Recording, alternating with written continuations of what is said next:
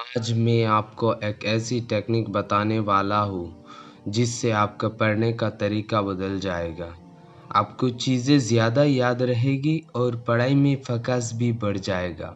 आप स्कूल की स्टूडेंट हो या किसी कॉम्पिटिटिव एग्ज़ाम की तैयारी कर रहे हो, तो ये टेक्निक आप सबके काम में आने वाली है। तो इस वीडियो को पूरा एंड तक देखना। दोस्तों, जब भी आपको कोई इन्फॉर्मेशन या कोई आंसर याद करना होता है, तब आप क्या करते हो? उस आंसर को बार बार पढ़ते हो या उसको रटने हो या फिर उसको बार बार लिख कर याद करने की कोशिश करते हो। इस टेक्निक को कहा जाता है रिपीट एंड रिमेंबर। लेकिन इसमें एक बहुत बड़ी गलती है जो आप हमेशा करते हो। आप आंसर को बार बार पढ़ते हो, लेकिन उसको पढ़ने का तरीका वही रहता है, जिसकी वजह से चीज़ें आपकी दिमाग में नहीं बैठ पाती। जैसे कि यह एक पैराग्राफ आपको इसे याद करना है। अगर आप इसे याद करना है तो सबसे पहले आप इसे अच्छे से पढ़ लो, पूरी तरह से समझ लो। फिर इससे रिलेटेड छोटी छोटी क्वेश्चन का एक जगह नोट कर लो। फिर हर क्वेश्चन का आंसर याद करने की कोशिश करें। अगर याद नहीं आए तो फिर पूरा पैराग्राफ पढ़ो। लेकिन आप इस पैराग्राफ को उस पर्टिकुलर क्वेश्चन का आंसर ढूंढने के लिए पढ़ रहे हो। तो अगर आपके पास 5 क्वेश्चन है तो आप इस पैराग्राफ को 5 बार पढ़ोगे। लेकिन अलग अलग क्वेश्चन के आंसर ढूंढने के लिए इस तरह से जब आप इस पैराग्राफ को 5 बार पढ़ोगे, आपका इंटरेस्ट बना रहेगा, क्योंकि आपके पास एक टारगेट है। बिना किसी टारगेट के इस पैराग्राफ को अगर आप 10 बार भी पढ़ोगे तो इन्फॉर्मेशन आपके दिमाग में नहीं आएगी। लेकिन आपके पास क्वेश्चन है एवं आंसर ढूंढने के लिए आप इस पैराग्राफ को पढ़ रहे हो, तो इन्फॉर्मेशन आपके दिमाग में तुरंत पहुंच जाएगी और आप इस टॉपिक को पढ़ने में इंटरेस्ट भी लगेगा। दोस्तों, किसी भी टॉपिक को याद करने के लिए सबसे ज़रूरी है उत्सुकता। उसका मतलब है आप कुछ आंसर या उस इन्फॉर्मेशन के बारे में उत्सुकता होनी चाहिए।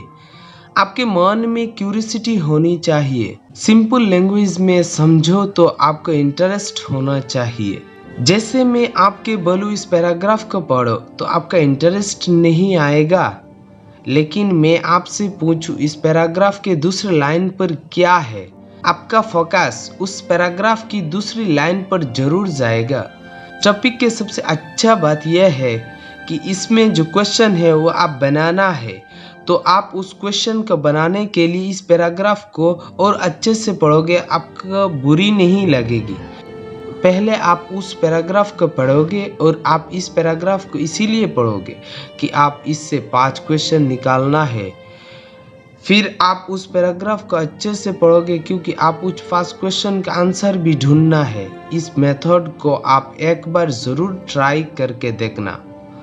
इससे आप याद भी जल्दी होगा और आप पढ़ते समय इंटरेस्ट भी आएगा, आपको नींद नहीं आएगी। दोस्तों, इंसान की याद करने की क्षमता अलग अलग होती है।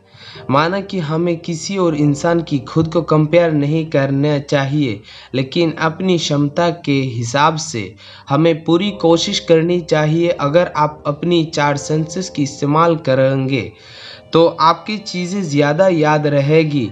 जब हमें कोई आंसर समझाएं तो उसे ध्यान से सुनिए। जब आप किताब से पढ़े तो चीज़ें का फोकस के साथ देखने हैं। बार बार लिखकर या ऊपर बताई टेक्निक का इस्तेमाल करके याद रखिए। आईने के सामने खुद को वही आंसर बार बार समझाए या फिर अपनी किसी फ्रेंड को फिर से इस टॉपिक को पढ़ाइए। इससे वह चीज़ आपके दिमाग में अच्छे से बैठ जाएगी। अगर आप इस वीडियो में बताएं टॉपिक को एक बार ज़रूर ट्राई कीजिए, आपको डेफिनेटली फ़ायदा मिलेगी। दोस्तों, याद करने का तरीका तो आप जान लिया, लेकिन इस अलावा 8 टॉपिक्स है जो हर स्टूडेंट को जानना बहुत ज़रूरी है।